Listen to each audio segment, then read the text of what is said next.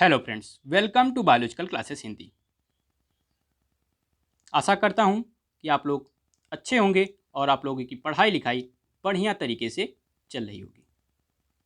आज हम लोग इस वीडियो में यूपी बोर्ड कक्षा 11 के जीव विज्ञान की पाठ्यक्रम की चर्चा करेंगे।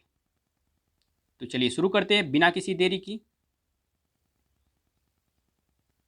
देखते हैं हमें इस सत्र कक्षा 11 जीव विज्ञान के लिए क्या क्या अध्ययन करना है, वह कितने अंकों का हमारा पाठ्यक्रम है। तो पाठ्यक्रम 100 अंकों का, जिसमें 70 अंक लिखित परीक्षा का व 30 अंक प्रयोगात्मक परीक्षा का निर्धारित होगा। टोटल 100 अंकों का प्रश्न पत्र हमारा होगा, जिसके लिए हमें 3 घंटे मिलने वाले हैं। टोटल हमें 5 इकाइयाँ पढ़नी हैं। पहली इकाई के लिए 7 अंक भार के रूप में, दूसरी इकाई के लिए 12 अंक, तीसरी के लिए 15 अंक। कोशिका संरचना और कार्य, हम इस टॉपिक का अध्ययन बायोलॉजिकल क्लासेस हिंदी पे कर रहे हैं। यदि आप चाहें तो चैनल को सब्सक्राइब कर सकते हैं और इसका अध्ययन कर सकते हैं। आगे हम सजीव जगत की विविधता, पादप कार्यकी के बारे में और उसके बाद मानव कार्यकी के बारे में भी अध्ययन इस चैनल के माध्यम से करेंगे। चौथी इकाई के लिए पादप कार्यकी के लिए 18 अंक, मानव कार्यकी के लिए 18 अंक, टोटल 70 अंक लिखित परीक्षा के लिए निर्धारित हैं। देखते हैं हमें पहली इकाई में क्या पढ़ना है। तो पहली इकाई सजीव जगत की विविधता है, जिसमें अध्याय 1 सजीव जगत, जिसके अंतर्गत जैव विविधता, वर्गीकरण की आवश्यकता, जीवन के 3 डोमेन, वर्गीकीय एवं वर्गीकरण विज्ञान, जातियों की संकल्पना एवं वर्गीकीय क्रमबद्धता, इसके बाद द्विनामकरण पद्धति, ये बहुत महत्वपूर्ण है, इसको हमें पढ़ना है। अगले अध्याय में जीव जगत का वर्गीकरण, जिसमें 5 जगत वर्गीकरण, मोनेरा, प्रोटिस्टा एवं फंजाई के प्रमुख लक्षण एवं प्रमुख समूहों में वर्गीकरण, लाइकेन, वायरस एवं वायराइड्स के बारे में अध्ययन करना है। उसके बाद अगले अध्याय में वनस्पति जगत से पौधों के प्रमुख लक्षण एवं प्रमुख समूहों में वर्गीकरण तथा उनके उदाहरण, जिसमें एल्गी, ब्रायोफाइटा, टेरिडोफाइटा, जिम्नोस्पर्म अर्थात लोअर बॉटनी को हमें इस अध्याय में पढ़ना है। उसके बाद चौथा अध्याय हमारा जंतु जगत का है, जिसमें हमें जंतुओं के प्रमुख लक्षण एवं वर्गीकरण, नॉन कार्डेट संघ तक एवं कार्डेट वर्ग तक 3 से 5 प्रमुख लक्षण एवं प्रत्येक के कम से कम 2 उदाहरणों को हमें पढ़ना है। इसी के साथ हमारा इकाई 1 समाप्त होता है। अगले इकाई में हमें जंतुओं और पौधों की संरचनात्मक संगठना, जिसमें पहला अध्याय पुष्पीय पौधों की शारीरिकी है, दूसरे में पुष्पीय पौधों की अकारिकी है, और तीसरा अध्याय जिसमें जंतुओं की संरचनात्मक संगठना, जिसमें मेढक के विभिन्न तंत्रों जैसे पाचन तंत्र, परिसंचरण तंत्र, श्वसन तंत्र, तंत्रिका तंत्र, जनन तंत्र की बाह्य अकारिकीय एवं शारीरिकीय संरचना और कार्य के बारे में हमें पढ़ना है। मुख्यतः हमें दूसरी इकाई में मॉर्फोलॉजी, एनाटॉमी और फिजियोलॉजी के बारे में अध्ययन करना है। उसके बाद हमारी इकाई 3 चालू हो रही है, जिसका हम बायोलॉजिकल क्लासेस हिंदी में अध्ययन भी कर रहे हैं, जिसमें हमें कोशिका जीवन की इकाई अध्याय से कोशिका सिद्धांत, कोशिका जीवन की आधारभूत इकाई, प्रोकैरियोटिक एवं यूकैरियोटिक कोशिका की संरचना, पादप एवं जंतु कोशिका, कोशिका झिल्ली, कोशिका भित्ति, कोशिका अंगक या कोशिकांग जिसे हम कहते हैं, संरचना एवं कार्यों के बारे में इनके देखना है। उसके बाद एंडोमेम्ब्रेन सिस्टम क्या है, अंतःप्रद्रवी जलिका क्या है, गाल्जी काय क्या है, लाइसोसोम क्या है, रिक्तिका क्या है, माइटोकॉन्ड्रिया क्या है, राइबोसोम क्या है, लवक क्या होता है, उसके बाद माइक्रोबॉडीज क्या होती हैं, कोशिका कंकाल, सीलिया, फ्लैजिला, सेंट्रियोल्स की संरचना और कार्य, उसके बाद केंद्रक, केंद्रक कला, क्रोमेटिन और केंद्रिक क्या होता है, इसके बारे में हमें इस अध्याय में अध्ययन करना है। उसके बाद हमें अगले अध्याय में जैविक अणु, जिसमें सजीव कोशिकाओं का रासायनिक संगठन, जैविक अणु, प्रोटीन, कार्बोहाइड्रेट्स, वसा, न्यूक्लिक अम्ल की संरचना क्या है और इसके कार्य क्या है, हमें इस अध्याय में पढ़ना है। उसके बाद एंजाइम प्रकार क्या होते हैं और एंजाइम गुण और एंजाइम क्रिया क्या होती है, इसका अध्ययन हमें इस अध्याय जैविक अणु में करना है। तीसरे अध्याय में हमें कोशिका चक्र एवं कोशिका विभाजन क्या होता है, यह भी बहुत महत्वपूर्ण है, बहुत महत्वपूर्ण अध्याय है परीक्षा की दृष्टि से। कोशिका चक्र एवं सूत्रीय और अर्धसूत्रीय विभाजन क्या होता है। उसके बाद हमें इकाई 4 पादप कार्य की पढ़ना है। यदि आप चाहें तो इस पीडीएफ को डिस्क्रिप्शन में दिए लिंक के माध्यम से डाउनलोड भी कर सकते हैं और वीडियो पसंद आई तो चैनल को लाइक और सब्सक्राइब भी कर सकते हैं। चलिए देखते हैं इकाई 4 पादप कार्यकी में हमें पहले अध्याय में उच्च पादपों में प्रकाश संश्लेषण पढ़ना है।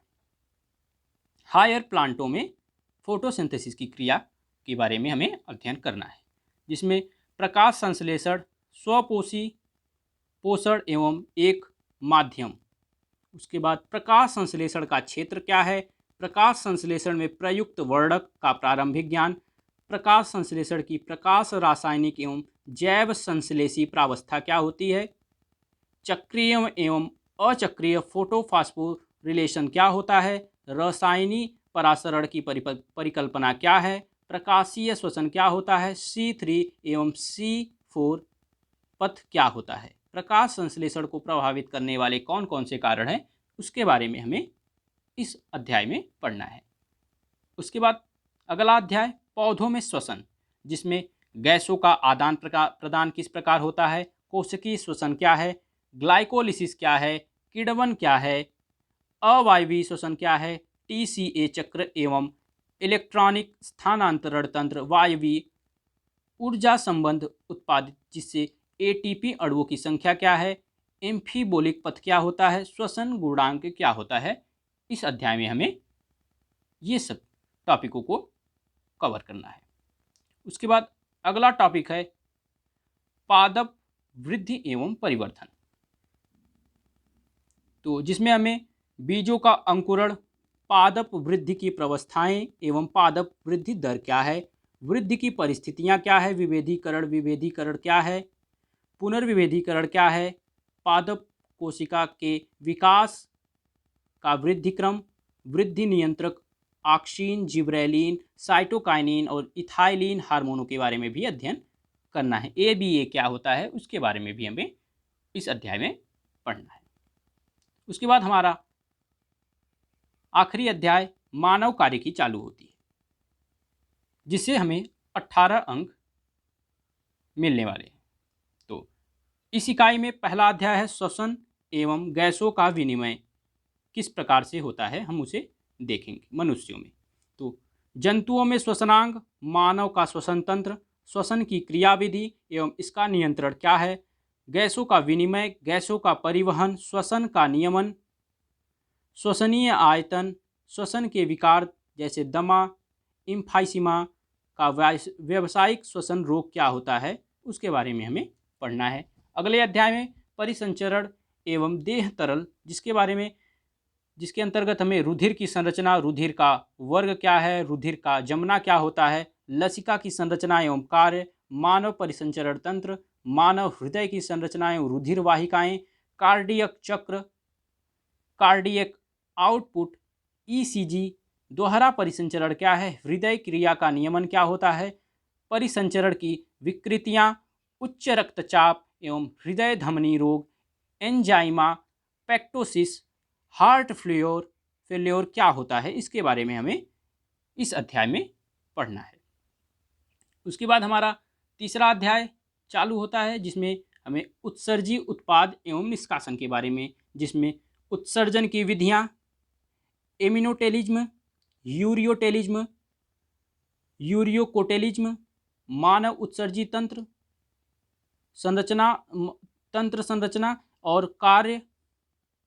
उसके बाद मूत्र निर्माण, परासरण नियंत्रण, विक्र कोशिकाओं का नियमन, रेनिन, एंजियोटेंसिन, आलिंदीय निट्रियोरेटिक कारक एवं एडीएच एवं डायबिटीज इंसिपिडिस, उत्सर्जन में अन्य अंगों की भूमिका, विकृतियाँ, यूरेमिया, रीनल फेलियर, रीनल केल्काइल केल्कलाइल, उसके बाद नेफ्राइटिस, डायलिसिस एवं कृत्रिम विक्र क्या होता है, इसके बारे में हमें अध्ययन करना है। चौथे अध्याय में गमन एवं संचलन, जिसमें गति के प्रकार, पक्षमाभि, कशाभि, पेशीय, कंकाल पेशियाँ, संकुचनशील प्रोटीन एवं पेशी संकुचन, कंकाल तंत्र एवं इसके कार्य, प्रयोगात्मक पाठ्यक्रम से संबंधित प्रयोगों के साथ कराया जाए।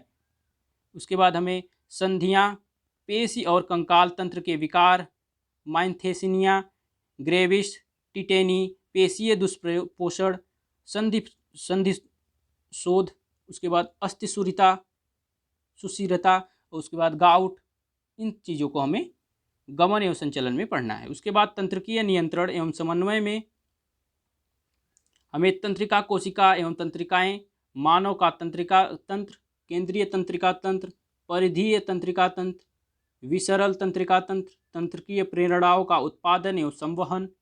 अगले अध्याय में हमें रासायनिक समन्वय एवं नियंत्रण पढ़ना है, जिसमें अंतःस्रावी ग्रंथियां, हार्मोन, मानव अंतःस्रावी तंत्र, जिसमें हाइपोथैलेमस, पीयूष, पिनीलियल, थायराइड, पैराथायराइड, एड्रिनल, अग्नाशय, उसके बाद जनद, ये सभी हमारे ग्रंथियां हैं जिससे निकलने वाले हार्मोन के बारे में और उनके बारे में, ग्रंथियों के बारे में हमें अध्ययन करना है। उसके बाद हार्मोन की क्रियाविधि का प्रारंभिक ज्ञान, दूतवाहक एवं नियंत्रक के रूप में हार्मोन का क्या कार्य है, अल्प एवं अतिक्रियाशीलता एवं संबंधित विकृतियां जैसे बौनापन, एक्रोमिगेली, क्रिएटिनिज्म, ग्वाइटर, एक्सोपेल्थेलेमिक ग्वाइटर, मधुमेह, एडिसन रोग क्या होता है, इसके बारे में हमें इस अध्याय में पढ़ना है।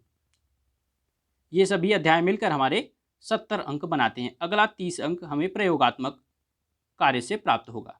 तो हम देख लेते हैं, हमें प्रयोगों की सूची हमारे सामने है।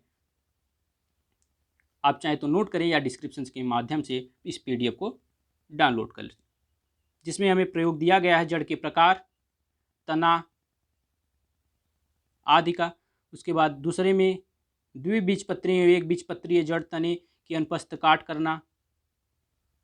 उसके बाद तीसरा है एक सामान्य पुष्पीय पौधों जिसमें कुल सोलेनेसी का अध्ययन एवं वर्णन, पुष्प का विच्छेदन, चक्रों का अंडाशय। इस प्रकार से हमें 14 प्रयोग दिए गए हैं, जिनमें से हमें 3 प्रयोग करने होंगे, या आप लोग को शिक्षकों के माध्यम से निर्देशित किया जाएगा कि आप लोगों को कितने प्रयोग करने हैं। उसके बाद अगला स्पॉटिंग का अध्ययन एवं प्रेक्षण करना होगा, जिसमें सूक्ष्मदर्शी आप लोगों को दिया जाएगा, सूक्ष्मदर्शी के भागों का अध्ययन किया जाएगा, प्रतिरूपों का स्लाइड बनाया जाएगा, विभिन्न प्रकार के पुष्पों की पहचान कराई जाएगी, प्रतिरूपों का अध्ययन कराया एवं उसके कारण बताए जाएंगे, उन्हें पहचाना जाएगा, जिसमें अमीबा, हाइड्रा, लिवरफ्लूक, स्कैरिस, जोंक आदि के बारे में अध्ययन कराया जाएगा। ये हमें 6 प्रेक्षण करने को दिए जाएंगे। बाकी ये सभी प्रेक्षण आप लोगों को विद्यालय के द्वारा निर्देशित किए जाएंगे कि आप लोगों को कितने प्रेक्षण करना है और कितने प्रयोग करने हैं, कितने का प्रोजेक्ट कार्य या फाइल तैयार करना है। मिलते हैं अगले वीडियो में, तब तक के लिए नमस्कार।